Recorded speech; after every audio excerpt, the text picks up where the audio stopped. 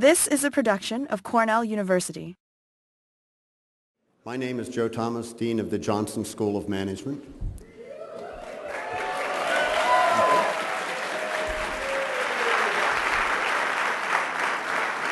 Thank you. I'm very happy to welcome you to this marvelous event, USA Today CEO Forum.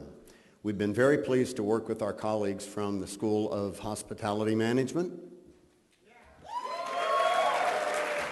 School of Hotel Management, and we're thrilled to introduce this dialogue with Ken Chenault, one of the world's great CEOs and leaders, and with USA Today, the nation's largest, most read newspaper.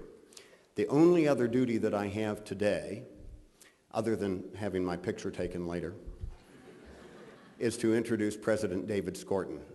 President Skorton joined Cornell in 2006. He is, in addition to being president, he is a member of the Faculty of Internal Medicine and Pediatrics at Weill Cornell Medical College and Biomedical Engineering in the College of Engineering. He's an experienced administrator, previously having been president at the University of Iowa.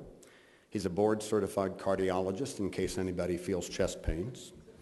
And he's a biomedical researcher, having worked in many important areas such as congenital heart disease and cardiac imaging. But in addition to these, he's an accomplished musician and an advocate for the arts and humanities. He is on the board of many national and worldwide organizations and has contributed in many ways. He's already left his mark at Cornell and in the world, and I believe that we are very fortunate to have as accomplished and experienced a president with the depth and breadth that David Skorton has. So I hope that you will join me in welcoming David Skorton to this event.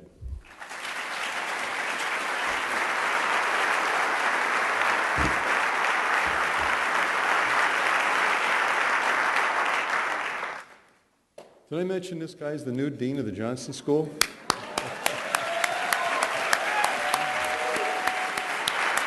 I agree with you. Provost made another good choice. Fantastic. It's good to be with you today, and you can just imagine what an accomplished musician I am if I'm here with you today. Anyway, thanks, Dean Thomas. It's great to use those words, Dean Thomas. I want to welcome everyone to this USA Today CEO Forum, hosted jointly by these two wonderful colleges and two wonderful sets of leaders, neighbors on the campus, neighbors intellectually, and neighbors geographically. But it's my special privilege to get on and off quickly today so that we can get down to the business at hand over here and introduce our distinguished speaker, Kenneth Chenault, Chairman and CEO of American Express Company. He's joined by David Lieberman, Senior Media Reporter for the Money section of USA Today, which I read. How many read that section? That's right, I do. Those of you who don't, you're missing something. I wish you'd read it. For the past 15 years, David has led USA Today's coverage of some of the major media deals of our time, including Disney Capital Cities ABC and AOL Time Warner, among many others. I've read a lot of his copy. We are delighted that Mr. Lieberman has agreed to moderate the session and answer questions that follow Mr. Chenault's talk. As Amex's chair and CEO, Mr. Chenault heads a company that is a world leader in providing charge and credit cards to consumers, small businesses, and corporations. It is also the world's largest travel agency, offering travel and related consulting services to individuals and corporations in 130 countries around the world. And I'm pleased to note that at last count there were 167, I hope that's the right number, Cornellians at Amex, and I just learned a few minutes ago that our graduates are number one in retention at American Express. So Cornellians,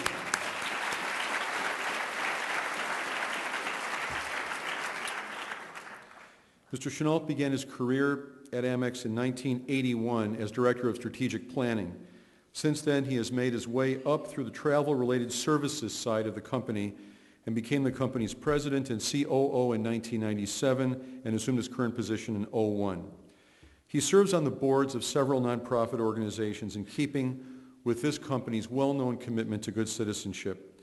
They include the Arthur Ashe Institute for Urban Health, the National Center on Addiction and Substance Abuse at Columbia University, the Smithsonian Institution's Advisory Council for the National Museum of African American History and Culture, Phoenix House, and the World Trade Center Memorial Foundation. He also serves as the Vice Chair of the Partnership for New York City, the Business Council, and the Business Roundtable. And he is a Fellow of the American Academy of Arts and Sciences.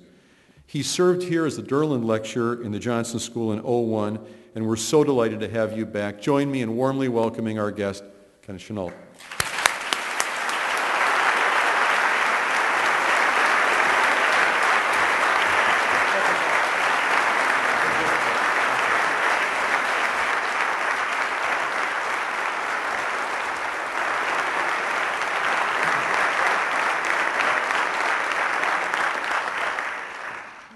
Thank you so much for showing up today. It's gorgeous weather. I'm sure there are other things one could be doing, but it's great that you're spending time here and for the hospitality. If not here, then where, right? Ken, let's start off with, I think, a subject that's on everyone's mind, which is the economy. Now, Ben Bernanke, the chairman of the Federal Reserve, said yesterday that we may be in a recession. Your largest shareholder, Warren Buffett, says that we are. Where do you fall on that? What I would say is there are a lot of different views about where we are. What I try to focus on is to make sure that we have a very flexible business model that we can deal with a range of economic environments. Frankly, whether we are here or not, I can tell you that certainly the economic environment is challenging. And what I believe very strongly is that what we need to do is not only to understand how to navigate through a challenging economy, but in fact how to gain competitive advantage and how to figure out ways to serve our customers better. And that's the focus that I believe we need to have. Well, there's a school of thought out there that the economic crisis starts with housing, but then could fall into the credit card business right on your lap. Do you see this as being a falling of dominoes? I think clearly what we've seen is a correlation between falling home prices and the impact on credit, and certainly we've seen an impact on spending. But what I would say is that the consumer has held up fairly well. We certainly saw a decline in spending in the last month of '07, but the reality is consumers are still spending. We are very, very focused on growing, even in this environment.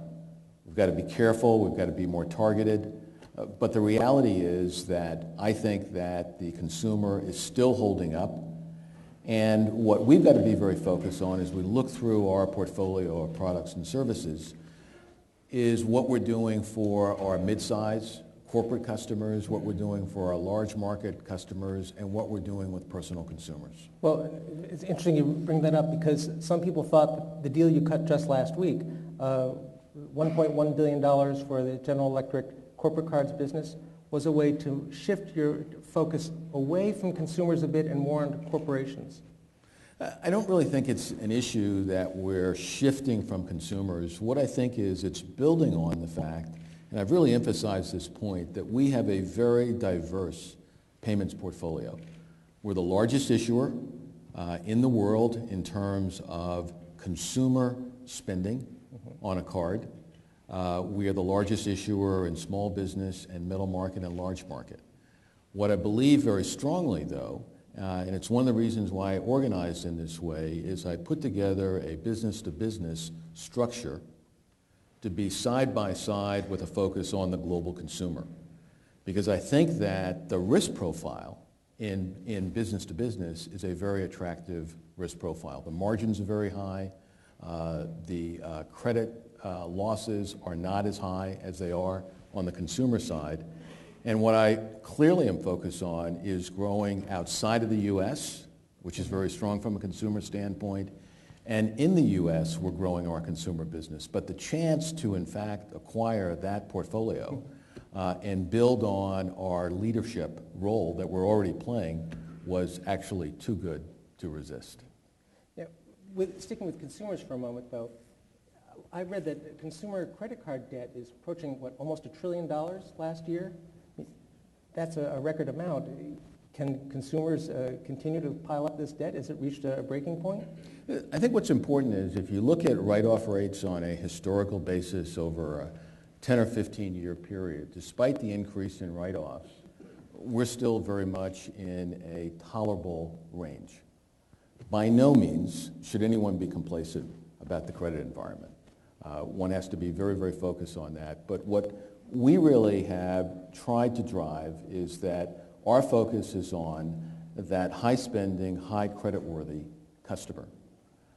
And in fact, what we want is an array of products that balance our risk profile. And I think what's important is if you look at our mix of revenues in the card business against our bank competitors, the vast majority of our revenues are driven from transactions and fees, not spread income. Our bank competitors, the majority of their revenue mix is reliant on spread income. So we're in a very different position as far as our economic model. And that's something that I will continue to push on. The reason why we got into the lending business 10 years ago was frankly based on customer needs.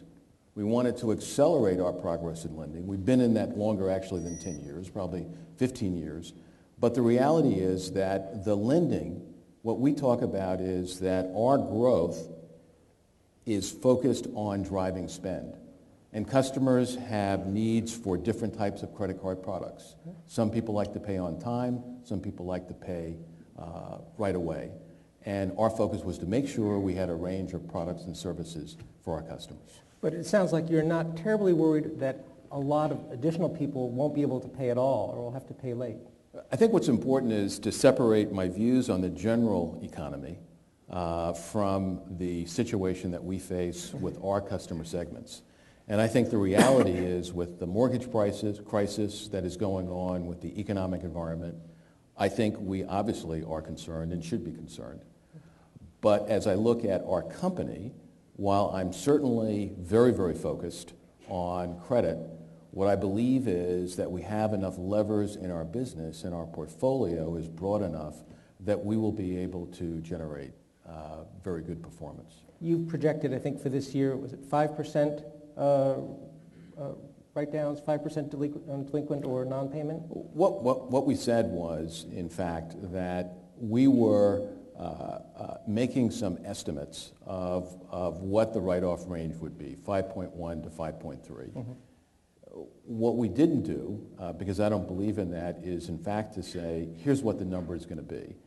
What we said is, if in fact billings perform at the 8 to 10% level, and write-off rates are 5.1 to 5.3, we believe we can generate decent earnings per share growth. What I do not want to do is to get into the game of projecting what the numbers will be. What I also emphasized was that when I compared the write-off rates to the historical range, that we are still in what I'd call a tolerable zone.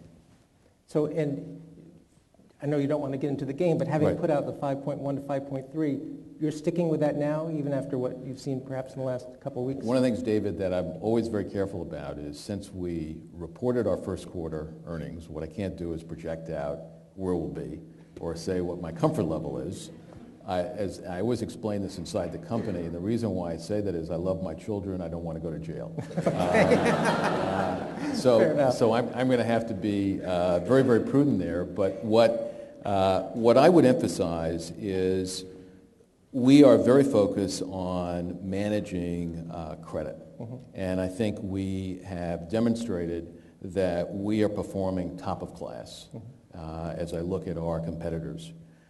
What I also emphasize, though, is that we are not as reliant as banks, and I call their model the lend-centric model and our model the spend-centric model. And the proof there is in the revenue mix that we have. And so we are not reliant on spread income to the level that our bank competitors are. But hasn't your mix changed, though, over the last few years? I remember years ago, you think of American Express, and it was a card that you had to be very rich to get and traveler's checks. Now you can use an American Express card at Costco and Burger King. Absolutely. What's very, very critical, and I think it's important in understanding how to drive strategy and how to meet customer needs. As a company, in the 70s and the 80s, we really created a very successful model, but it was focused on teeny spending. As we pursued more growth, what we did was to take this charge card product, which was this pay in full product at the end of 30 days, and we stretched that product too much to appeal to a range of segments. What we also did was we ignored the fact that even affluent customers sometimes want to revolve their spend. And the reality is that our job is to meet our customer needs in the most effective way possible. And the reality is we were leaving a substantial share of spend on the table. So someone who shops at Costco, I don't know if you've been to the parking lot lately in Costco, the types of cars that are parked there, you have a range of customer segments. And our job, in fact, is to meet the range of spending and to gain what I call share of wallet of our customers. So I want their T&E spending, and I want their personal spending. So what we needed was a range of products that would meet the spending of those customer segments to allow us to grow. And I would say the failure of the company in the 90s to, in fact, have expanded in a more accelerated way to meet that personal spending invited banks to, in fact, come through the door of personal spending into T&E spending. And so the mantra that I have in our company is we have a spend-centric model.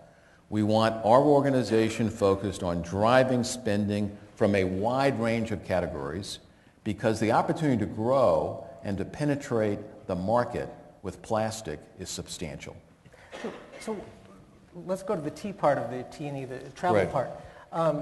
You used to think of American Express as being the company you would deal with when you're going to go overseas because you'd get those traveler's checks. Are you still as committed to travel? Absolutely. What I think is very, very important is this is not an either-or game. It's an and game. We believe that we need to meet your T&E spending needs and we want to meet your personal spending needs. Travel has continued to grow. We are the largest travel company in the world. We are very focused, in fact, in building our travel business, which has been very successful online as well as offline. So we have grown our personal travel substantially.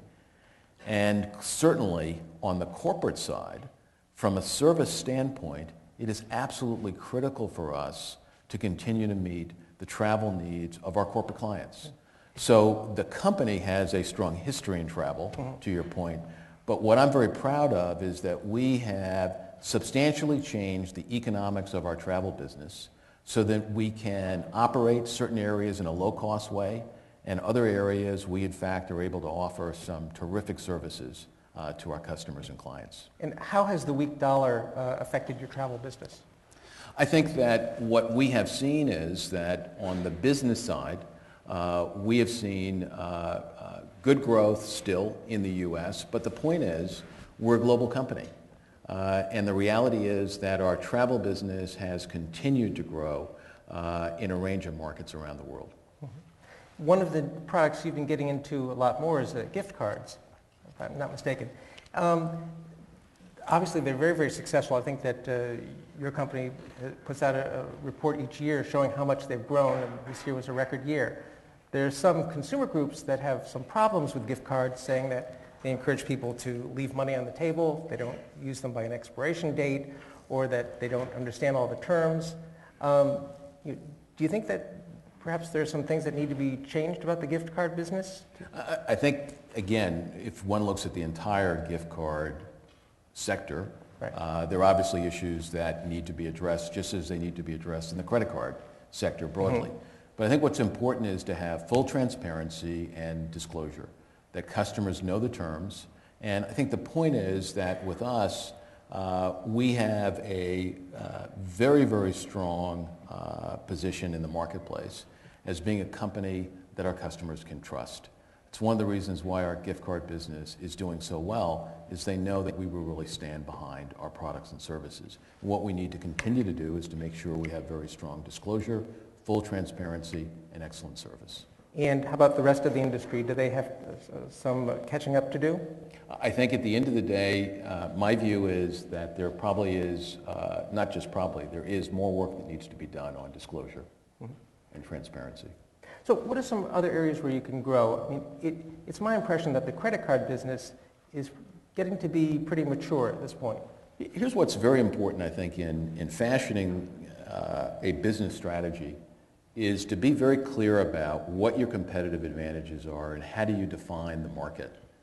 And so what's very important is, even in the U.S., which people see sometimes as a saturated market in the credit card sector, the penetration of plastic against cash and checks is around 40+%. There is still substantial upside.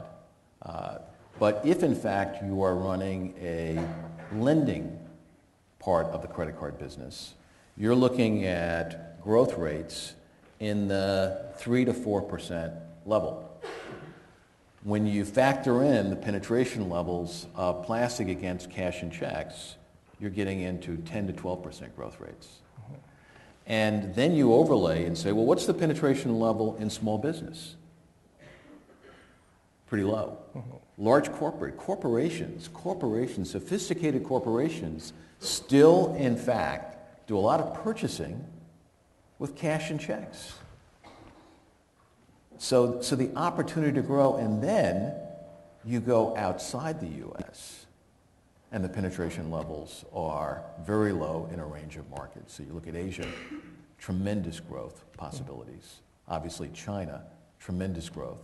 And so that's why 7 or 8 years ago, what I said to the organization is, we need to understand what are our core advantages as a company.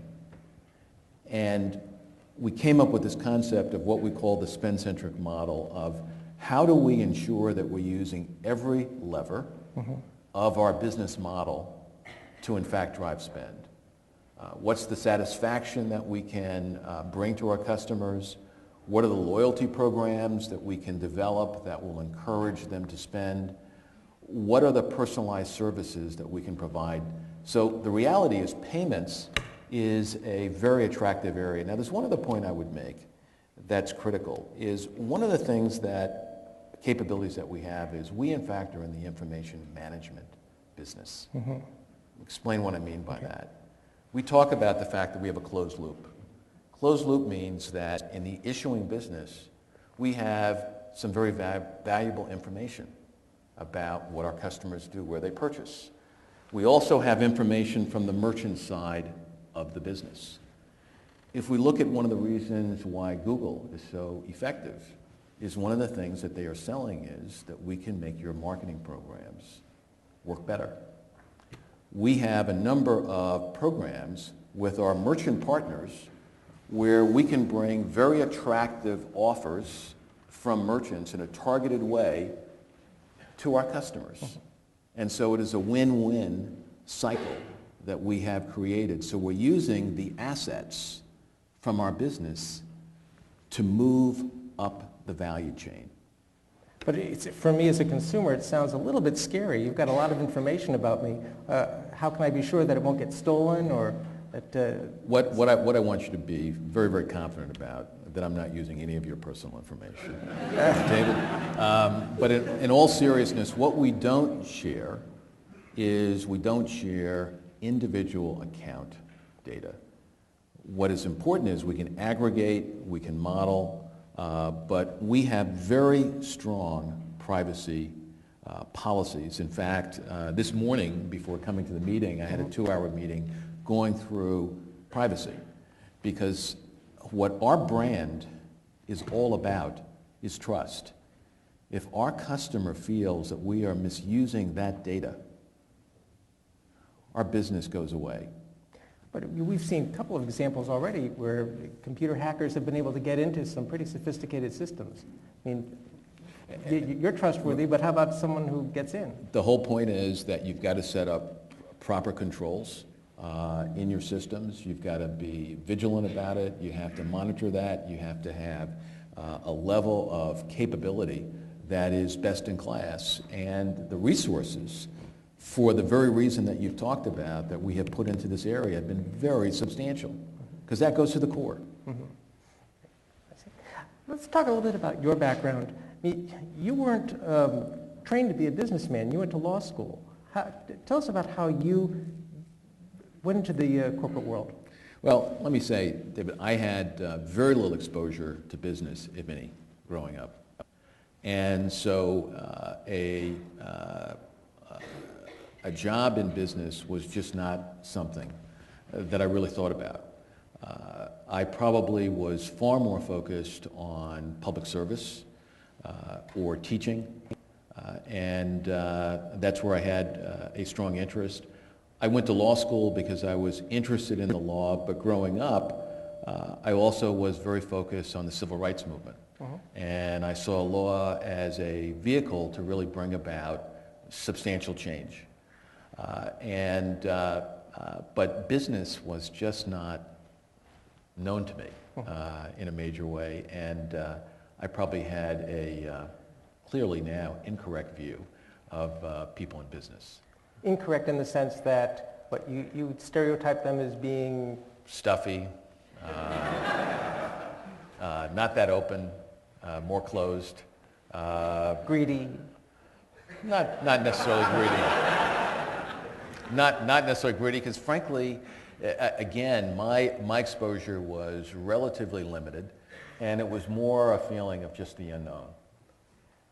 So, how do you break in? I mean, how do you get to be a CEO from a starting place like that? You know, what's important, and I guess it's really a philosophy of my life, is that I've always tried to seek out environments with excitement, where a lot of change was going on.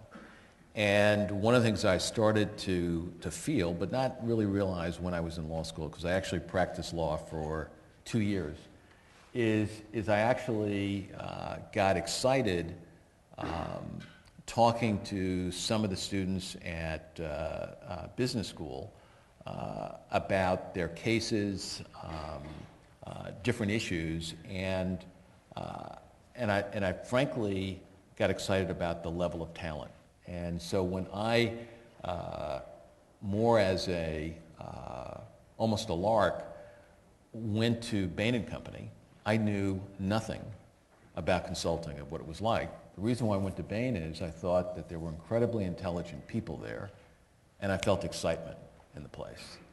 And you were hired by Mitt Romney, weren't you? Well, I worked a lot with Mitt, but I was actually hired by Bill Bain.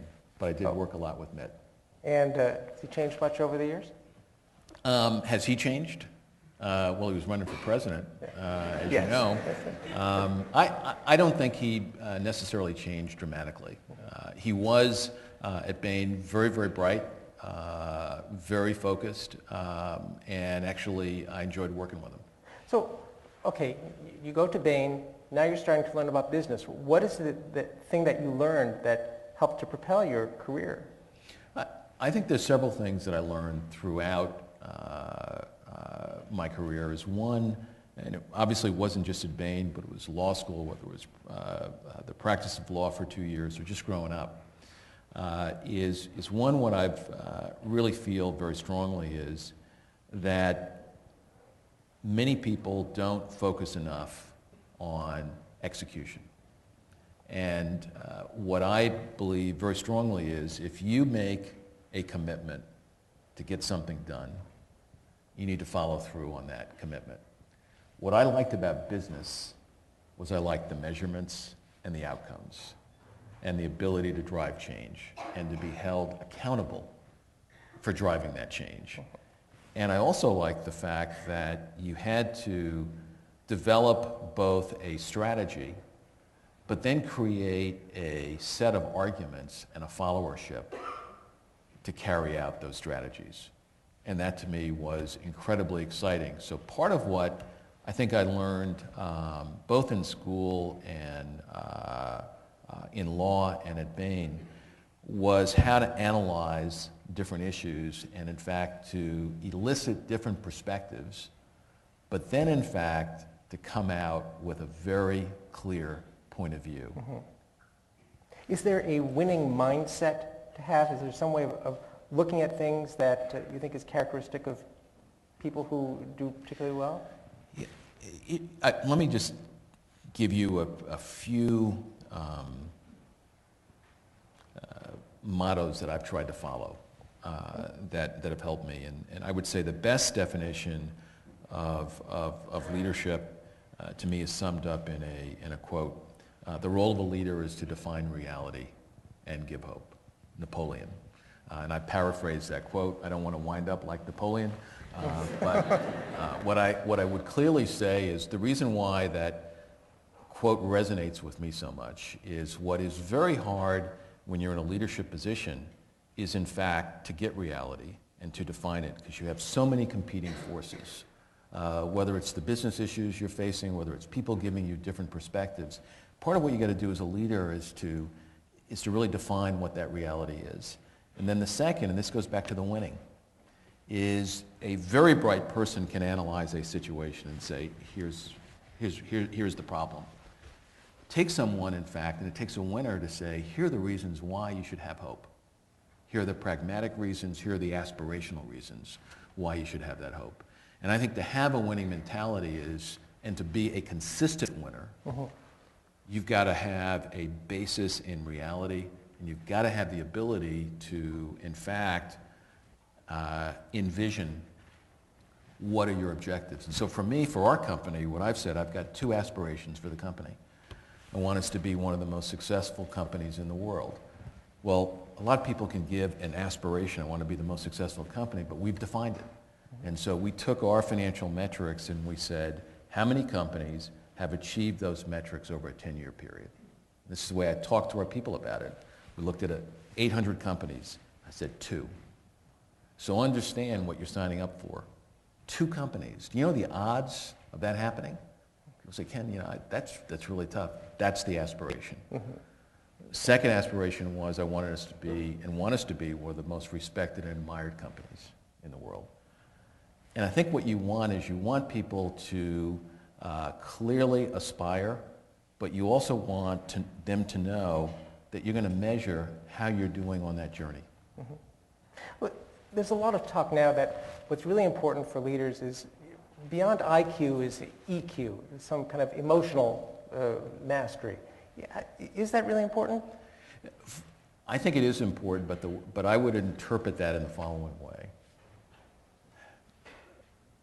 We would all agree, as you started off with your first question on the economic environment, but we all agree in the world we're living in that we're in a more uncertain world. Therefore, what's the implication of that for a leader? You need trust. So I'd start off with integrity is critical, because you can't gain a followership. If you're asking people to, in fact, take some risk, they have to have a level of choice. They have to have a level of trust. And so what's important is that the leadership behaviors and the leadership values need to be understood by the people in the company, and the leader has to exemplify those values. And I believe in that to my core. And can this be trained, or is this something you just have?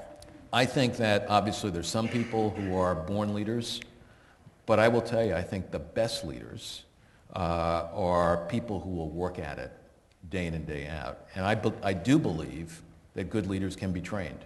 One of the things that we've done in our company is we have a very extensive leadership training program throughout the company. I actually taught a class 3 weeks ago. And we actually have our business leaders help teach the course and are very involved in the program. And part of it is to make sure that people understand what's the framework and what's the criteria. So what are the leadership behaviors that are tied to the aspirations that I just went through with the company? What are the values of the company?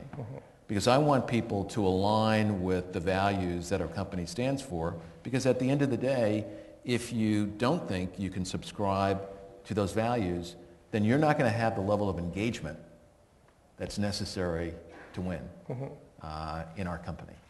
And that's important. So I think that leadership to me is something that everybody talks about, but most people don't spend enough time understanding what are the qualities of leadership, what are the gaps in my leadership that I need to improve, that I need to work on. When we judge people in the company, one of the first questions I ask, in addition to what were the outcomes, is does this person have any followership? Describe to me the quality and level of their followership. Because when people ask, well, how do you know who's a leader? Pretty easy, just look at the followership. So I think that leadership can be taught, it can be measured, and it needs to be focused on by all levels of management. How well prepared is Gen Y for this world that's evolving? It is interesting in Gen Y, and the reality is I think there are certain differences, but I also believe one needs to have a global perspective as one thinks about Gen Y, because we tend to just look at the U.S. market. What I would say to Gen Yers is you can have a number of different beliefs, but some of your colleagues in China and India are incredibly hungry, incredibly driven, and what needs to be focused on is that we really are competing in a global marketplace for talent. And that said, what I do believe very strongly and in fact admire is that I see in a lot of Gen Yers a view that they have to believe in what they're doing. They have to be engaged. It's not just going to be about a paycheck. It's can they make a difference? Now there's also a downside is you can ask someone sometimes a question and it's always hard to give anecdotes, but I said to one person who would fit in the GY group, I said in the short term, what is it that you want? Your job. I said, well, let me give you a reality check. I don't plan to be here in the short term. But the reality is, again, in what is critical in a leadership context is to give people what is the context that they should operate in. How should they, in fact, evaluate their opportunity and their success? What is it that they need to learn? What's the level of feedback that you're giving to that person?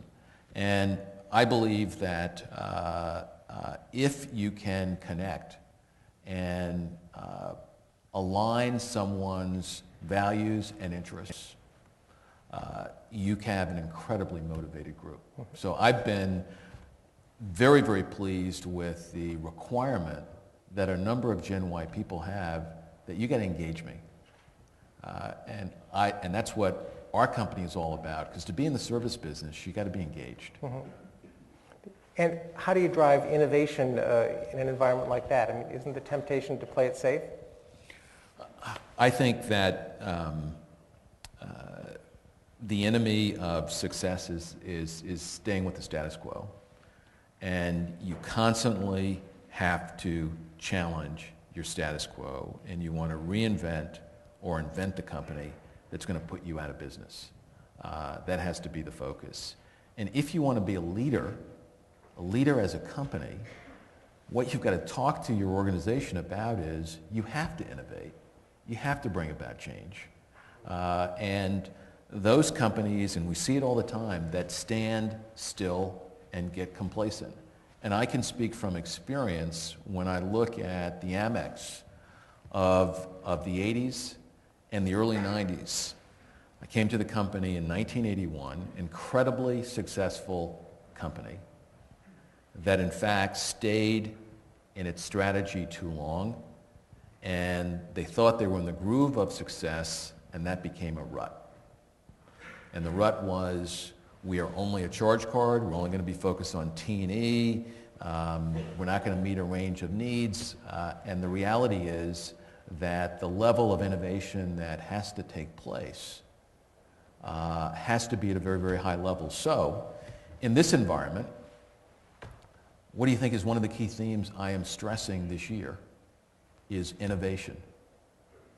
Because in a downturn, what I've emphasized to our organization, and I really think you need to take an athletic stance, which is you got to be on the balls of your feet. In a downturn, most people are on their heels. And why do you think they get pushed down? As I look at our history, we have, in fact, in the most recent downturn of 2001, 2002, when we had the impact, the devastating impact for our company of 9/11, and the travel sector was hit. In 2002, we also made major investments in our company, and so what you want to do is to innovate even more in a downturn, because that's where you can gain tremendous competitive advantage. So in addition to the investments we're making in the businesses, I in fact established this year a $50 million fund, right, that I would like to pay out across the company, that employees around the world come up with ideas, present proposals. We have a range of groups that evaluate those and that we're going to invest in and move forward. Clearly, now am I concerned from a contingency standpoint about the environment? Yes, we have tremendous focus on that. So you can't blithely say, I'm going to ignore the environment. You've got to be very, very focused on the short term. But part of the job of a leader is to have that balance between the short term and the long term and the moderate term. And so I've emphasized that not only to our employees, but to our analysts. Is to say, look, I want to be very, very clear. I'm managing this company for the long term. And the way you're going to be a long-term leader is through innovation. Talk to us for a moment about compensation. I mean, the executive compensation has become really a hot-button issue at this point, that maybe too many executives have depended too much on this argument that they need to be incentivized by a higher paycheck. First, do you think that that's true, that there's been too much focus put on paying the top person more? And secondly, talk to us, if you would, about the really the innovation that American Express came up with your latest package. It's more of a long-term. You know, what I believe, let me just say personally, one, what motivates me, and I want to be very clear, I think compensation is important. But what motivates me is really driving success. And I think if you look at the best CEOs out there, it doesn't mean that I'm going to give up my paycheck. I want to be very clear. That's not going to happen. But what I want to emphasize is that really is not what gets me up in the morning. And I am not, just on my personal style, not someone who goes through every component of my compensation package.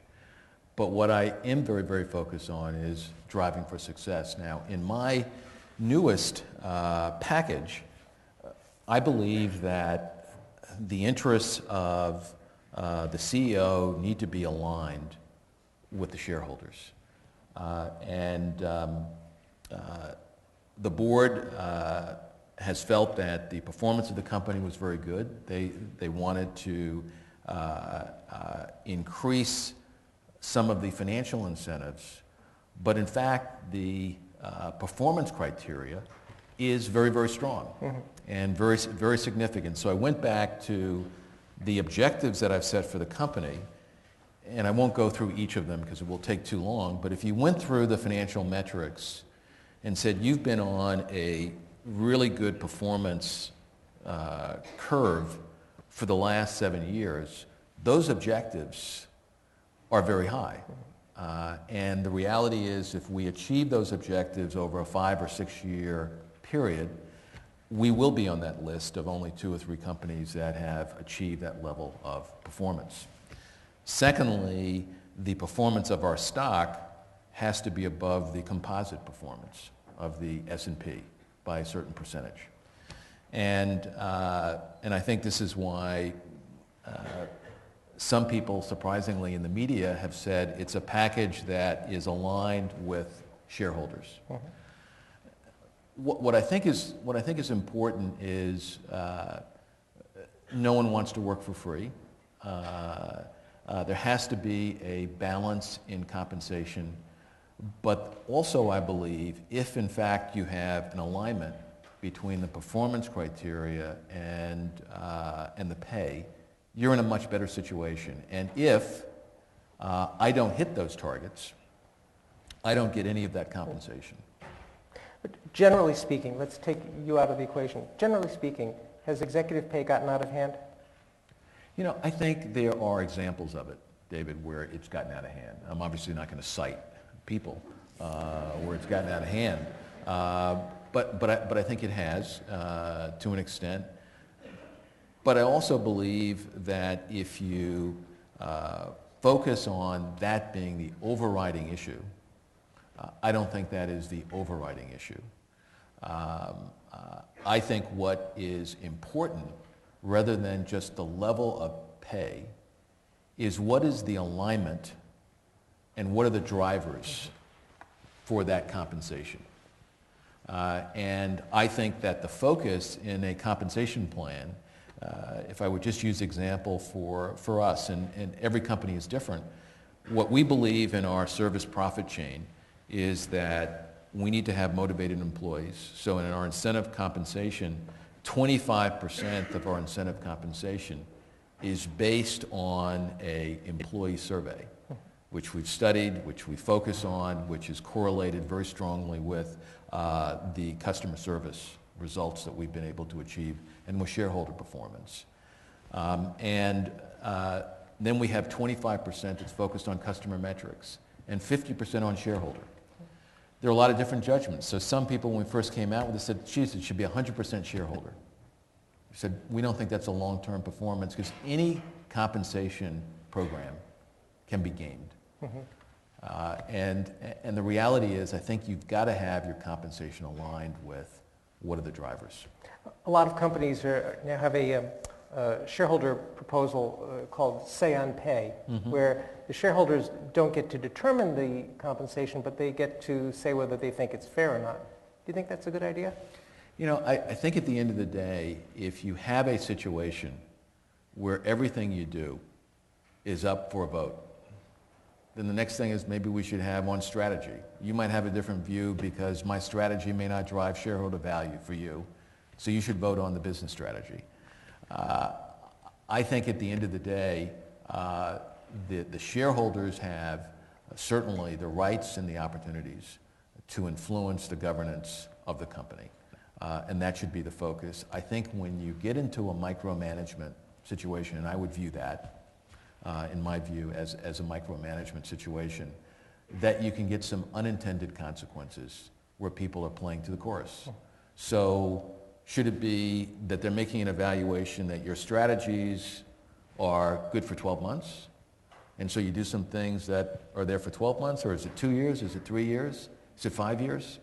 I mean, at the end of the day, the balance for any company in the management of a concern is, how are you managing that company over a period of time?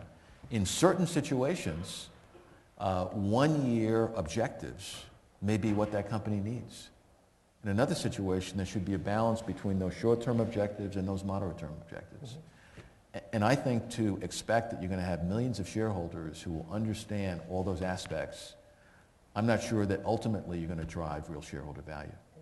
Well, speaking of leadership and votes, this is a presidential election year. And I know that in the past you've donated to Barack Obama's Senate campaign and also to Hillary Clinton's Senate campaign. Have you taken a position on this year's presidential race? I'm so surprised you asked that question. What I'm not allowed to do, and in fact we have a board resolution on this, not because of me, but it was set up probably 20 years ago, that the CEO cannot in fact endorse or contribute to anyone running for president. Senate is the top. Senate, Congress, that's about all I can do. So I've got to obviously be very, very careful. But it is a very interesting race. Well, that's all my board will allow me to say. What can I say? Well, let's see if we can push your board a little bit. Both Hillary Clinton and Barack Obama have come out with proposals for the credit card business. Hillary Clinton is proposing really more of a regulatory structure. She wants to create I think it's called a Financial Products Safety Commission, and cap credit card rates at 30%. Barack Obama is looking, I think, more at information. A 5-star plan, consumers could see on a scale of 5 stars what the rates and fees are like, and also he has a credit card consumer's bill of rights that would require contracts to be in plain English. Do either one of those proposals interest you? I'm not going to comment on any specific proposal, David, but let me make some general comments. One is there are a lot of different perspectives about different changes that should be made to the credit card sector. And the reality is I, again, look at the positioning of our company. J.D. Power had us as the highest quality provider in the credit card industry. I think the reputation of our company and the trust is very strong. However, the credit card sector has some real issues, and so I believe that the whole issue of disclosure and transparency is critical. And while I won't list all the issues, but I have certainly in conversations that I've had on the Hill made my points of view very clear that there are certain practices in the credit card sector that I think need to be changed and need to be focused on. What is important, though, is that people are very clear about the unintended consequences that could result from certain changes. And here's a point I've made when I have talked to different people in the Congress and Senate. I, in fact, could take a parochial perspective and simply say we're dealing with a higher-end customer, and so the public policy issues, this will, in fact, have a more negative impact on a number of bank card competitors based on certain changes that are there. But in fact, what we need to be very careful about in our society is, and I'm concerned also with the impact of the mortgage crisis, is that people who need credit and can use that credit in a responsible way will be able to continue to get credit. And one of the concerns I have is that as we look at different proposals, and I want to be clear, I think we do need to look at those proposals, we need to understand what those impacts are. And if the result is that in risk-based pricing, because if you're going to extend someone credit, you want to have a pretty good view that they're going to pay you back. What clearly could happen is in risk-based pricing, you just say there's certain segments we're just not going to lend to. We're not going to give them certain types of products. Now, this is the industry overall. There are clearly some policies that need to change. And the reputation of the credit card industry, if you look at it as a ranking, is not high. So I think that reforms need to take place. My job, I think, not only as a CEO, but as someone who should be concerned about broader societal issues, is to make sure that there is at least a dialogue and discussion and an understanding of what the public policy issues are, and to make sure people are aware of the unintended consequences so that they can make the trade-offs. I think that there are, step one is substantial improvements in transparency and disclosure. And then I think step two is to focus on some of the practices that need to be changed. And step three is to ensure that we have a process and a capability that we can lend money to people, that we can give people access to credit cards in a very broad way, but not, in fact, to have a situation where people are running up large losses and can just walk away from them.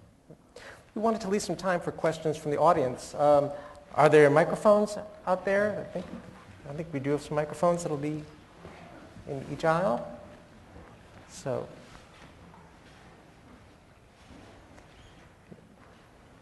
yes, here on our right. Hi, can I go ahead? Yeah. Hello. So my question for you, Mr. Chenault, is what advice would you give to a young entrepreneur who's looking to close those gaps, as you speak of, in his style of leadership? What has been your method of introspection for self-improvement over the years? Let me talk through sort of 2 or 3 ways that I've gone about it. And some of it has not just been on my own. Some of it has been getting some very good feedback from different sources. One of the aspects of our program in leadership is something we call upward feedback, which is very, very useful. And when I started to go through my first set of upward feedback, this was in the early 90s, I in fact thought I was a pretty high-powered person. I was getting things done, and I seemed to have a followership. The way we did the upward feedback, there was 5 things you can do really well, 5 things you don't do very well. And what is very, very important that I also try to do almost on a quarterly basis is to try to think through and elicit feedback in areas that I've been particularly effective in and areas that I need to improve. Early on in my career, I sometimes got so focused on my ideas that while I was not intentionally trying to ignore someone, if I didn't think that they really had a high-quality idea, I didn't focus on what they had to say that much. And if they couldn't get out that thought in 30 seconds, I was off to the next thing. And what I realized is that one of the areas that people now say, Ken, boy, you're a very good listener, I wasn't always a good listener. And to be able to listen in a conscious, intelligent way obviously can give you a major advantage. But that was one of the things I got from formal upward feedback coming in. What I think is critical as an entrepreneur is I would say you really want to understand what are the behaviors that are going to allow you to, in fact, move your business forward. And I think that, one, if you're going to be successful, I go back to integrity no matter what you're doing. And for me, integrity is the consistency of words and actions. And no one's obviously 100% consistent in that. But if you're going to be an entrepreneur and I'm going to invest in you, I got to have a very high level of confidence and trust in you. Also, I think what you want to do is try to always take a customer-client perspective. What is it that the client needs? How, in fact, can you make that person's performance or their life better? And the reality is it always starts and finishes with the customer. That has to be clear. 3 is really understand what other competitors are doing to serve that customer. What is it that they're leaving out? And then the 4th point for me is, which I also believe you need to do in your personal life as well as business, is what makes you unique? And at the end of the day, what is your proposition? Because if you want to stand out, people have to really see some uniqueness in the proposition that you're putting together. So those would just be a few of the ideas. Okay. Thank you very much. As an undergrad, I recall getting my first credit card was a green card. And since then, through some entrepreneurship, and as a grad student, I've been able to upgrade to the Centurion card level. So I'm fully endorse that quality of service. Thank you. Some of my friends, however, in London are very enthusiastic about the red card that you offer, a program that helps sponsor support for AIDS. And, right. And I was just wondering, what plans do you have to introduce humanitarian-orientated products, either focusing on AIDS or other important causes in the American market? And are there plans to launch a red card or something equivalent? Yeah, here's I think what's very, very, very important. There is a philanthropic set of objectives that the company has that we're very focused on. The red card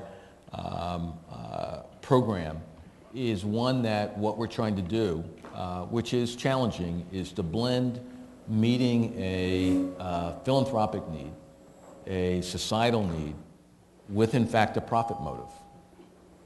That's not always an easy combination. We have been one of the leaders in cause marketing, and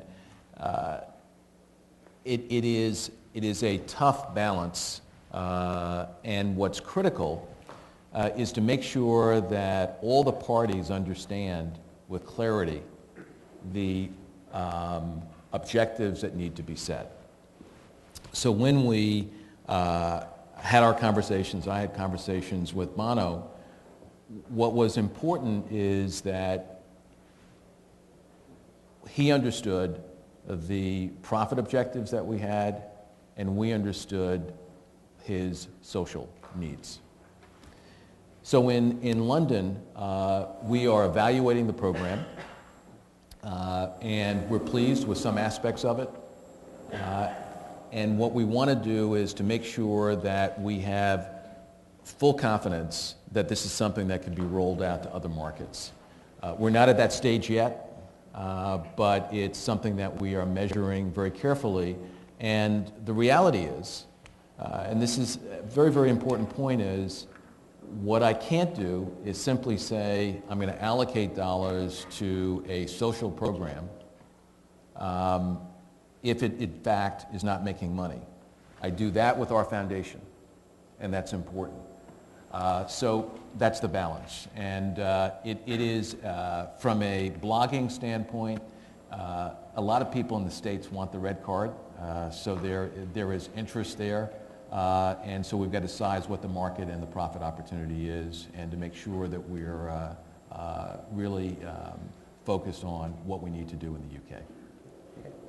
How are we doing on time? Do you have time for one more? One more? Alrighty. First off, sir, I'd like to thank you for coming here today and sharing your words of wisdom. My question for today is, how do you serve many different consumer segments and continually expand and innovate without diluting your niche or your target market?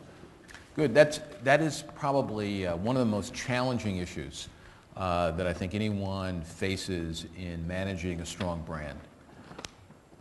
What I've developed for our company when I was running the card business, and the then CEO at the time, Harvey Golub, adopted across the company. I have 3 operating principles. And what I believe very strongly is that you need to manage by principles and not rules. The first principle is that we will provide superior value to the customers and clients that we serve. That means really understanding what customer needs are. It means understanding the competitive environment, being able to manage that value. Second is we've got to do it in a way that allows us to achieve best in class, because we want to make sure that the economics are best in class. And third, everything we do must support and enhance our brand. Now, we're in a situation where from the 80s, we had probably 5 to 7 basic card products. We now have several hundred different card products. We have a range of co-branded deals. We, in fact, market products through over 150 banks around the world, and we have our own proprietary card business. But what's critical is that we really try to focus on implementing those principles that we can't compromise. So we can't have a situation of someone saying, well, you can provide superior value, Ken, but you know what?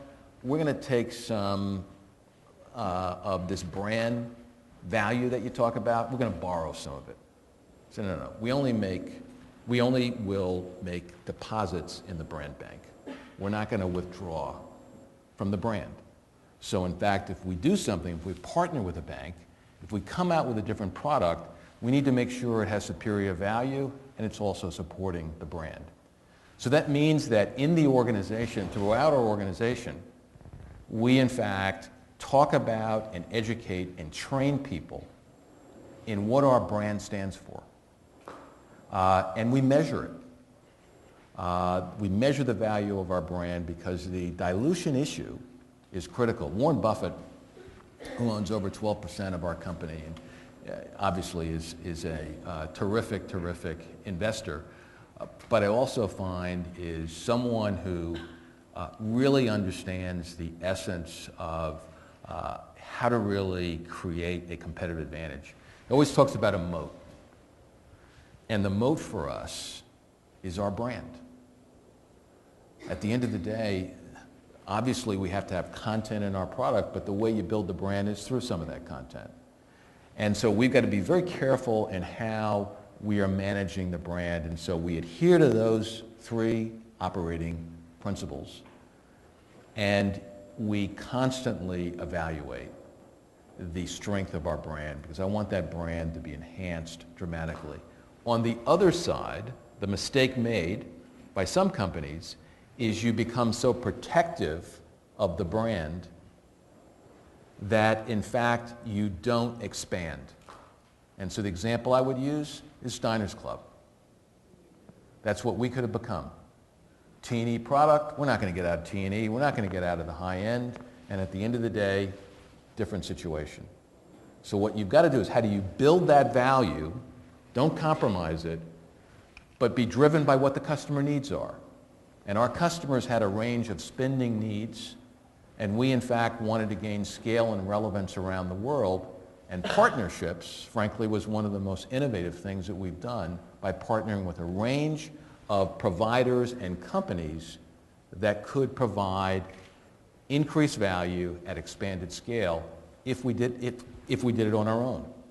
If I could do it all on my own, I wouldn't have any partners. No one would. But the reality is you need to work with partners, you need to expand, and what you can't do is shrink to greatness. You've got to grow. And you've got to use your brand to grow, but you've got to treasure that brand, because that's your moat around your castle. Thank you.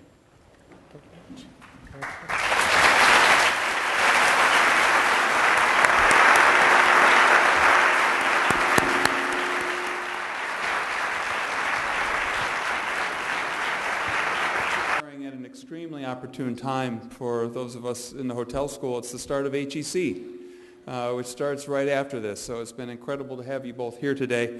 On behalf of the Johnson School and Dean Thomas, on behalf of the School of Hotel Administration, I want to extend my gratitude to all of you for joining us. We have a lot of not just students in the crowd, but we have industry people, we have alumni here. I want to thank you all for being here. But I especially want to thank Ken Chenault and David Lieberman for a very candid and inspiring conversation.